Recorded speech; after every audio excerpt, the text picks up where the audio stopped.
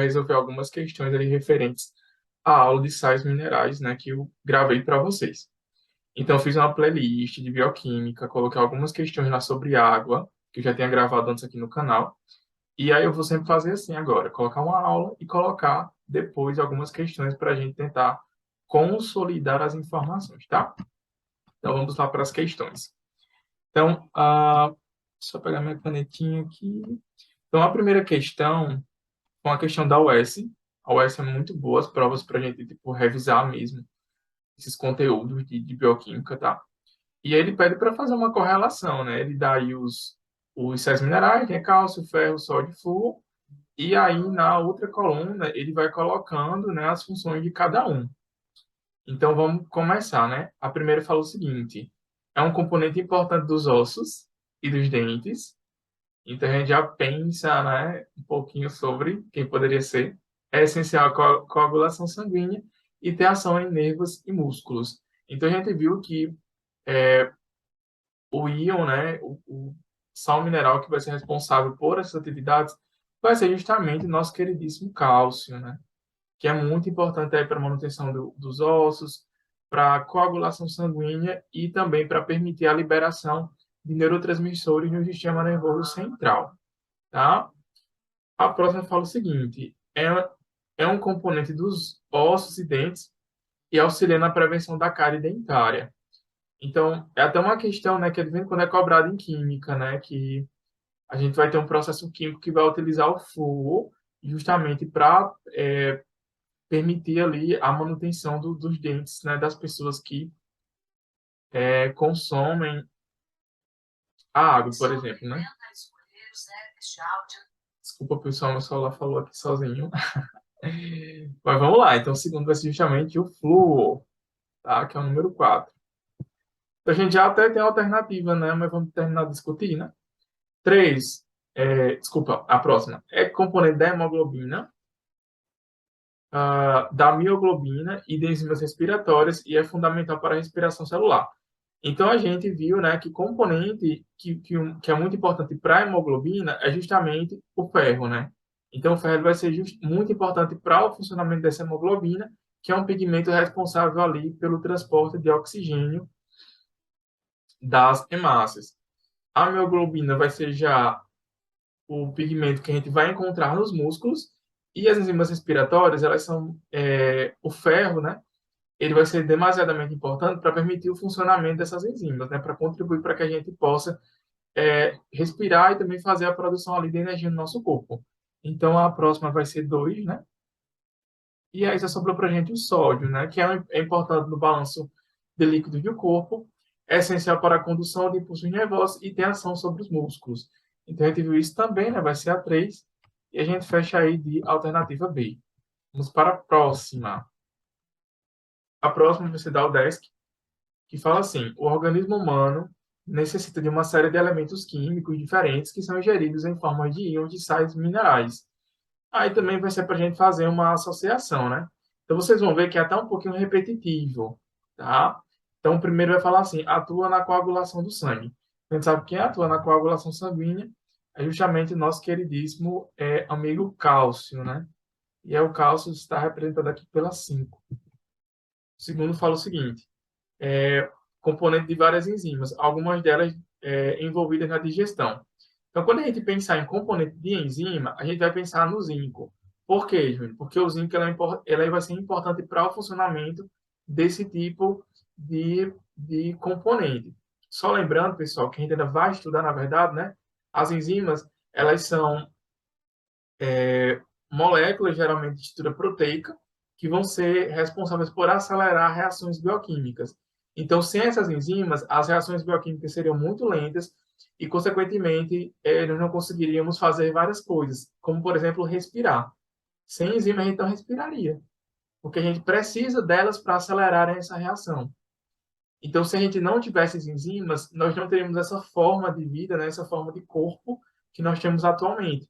Então, o zinco, ele vai ser aí responsável por permitir a composição de várias enzimas, não só digestivas, mas também enzimas respiratórias, né? Então, ele vai ser muito importante aí nesse contexto. Então, aqui vai ser a 1. O outro fala componente dos hormônios da tireoide. Então, a gente viu que a tireoide ela vai ser muito importante, né, para permitir com que o metabolismo ele trabalhe de forma normal e a gente precisa de um componentezinho para poder produzir os hormônios que são responsáveis por permitir aí com que o nosso metabolismo ele funcione normalmente, né? Que esses hormônios são produzidos pela tireoide e que nós chamamos de T3 e T4, como a gente viu lá na aula. E esse componente é justamente o iodo, né? Que é o 3, vou botar 3, tá? Que fica mais fácil, gente. E esse iodo ele vai ser encontrado principalmente ali no sal de cozinha, né? Juntamente com o sódio e o cloreto. Então já foi zinco, já foi iodo e já foi cálcio. O próximo fala o seguinte: mais importante, íon positivo extracelular, ação no impulso nervoso.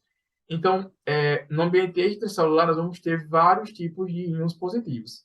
Só que, dentre eles, o mais importante, né, do ponto de vista que tem muitas atividades biológicas, incluindo impulso nervoso, a gente pode dizer que vai ser justamente o sódio, que vai ser o 4.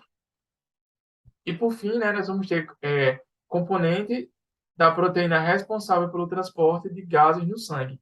Quem é que vai ser responsável por transportar os gases no sangue, principalmente o oxigênio? A hemoglobina. Desculpa, a hemácia. Eita, pessoal, a hemácia, tá? E quem que vai ser o pigmento responsável por dar a cor da hemácia por permitir o transporte desse oxigênio? A hemoglobina. E a hemoglobina ela precisa de quem para funcionar? De ferro. Então a gente termina aí com a 2. Então a correta vai ser a alternativa A. A última, né? Assinale a alternativa que preenche corretamente as lacunas do enunciado abaixo na ordem que aparecem. Então, o íon tal integra as moléculas de DNA, RNA, ATP, e já o íon sódio contribui para, enquanto que o íon tal participa da composição da mioglobina. Então, muito tranquilo para a gente. Quando a gente fala, né, de íon que vai integrar moléculas de DNA, RNA e ATP, a gente viu que vai ser justamente o fósforo. Então, o fósforo ele vai ser importante, né, para justamente permitir aí a, a formação aí desse nosso material genético, assim como também do RNA, que vai permitir a transcrição, né, de proteínas que são importantes para o nosso corpo, e o ATP, que vai permitir aí energia para que os processos funcionem. Uma vez que o ATP, né, a adenosina trifosfato ou trifosfato de adenosina, é a nossa moeda energética, vai ser importante para permitir com que nós possamos desenvolver as nossas atividades. Então, o fósforo vai fazer parte de todas elas. E o íon sódio, né?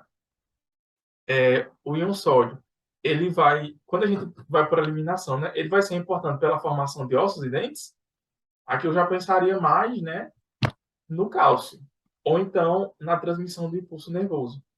Então, a transmissão do impulso nervoso tem mais a ver com um dos papéis do sódio, né? Apesar de que o cálcio também participa, certo? E no fim ele fala assim, o íon tal participa da composição da mioglobina.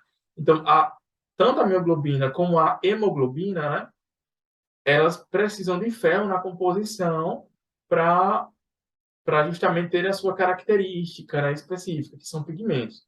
Só lembrando, mioglobina vai ser o pigmento que vai estar presente na musculatura e a hemoglobina vai ser o pigmento que vai estar presente nas hemácias. Então, a gente fecha assim com ferro. Então, como vocês podem ver, pessoal, as questões elas sempre vão trabalhar aí, né, com as principais funções de cada íon. Então, a gente não tem que estar pressionado para memorizar tudo. A gente tem que saber as principais, que são justamente aquelas que são cobradas aí nas provas, tá? Tá aqui o meu contato. Vocês podem me mandar e-mail, podem me mandar questões aí que eu também posso estar trazendo aqui para o canal, assim como também sugestões de aula. Então, até a próxima aí com os próximos vídeos de bioquímica. Tchau!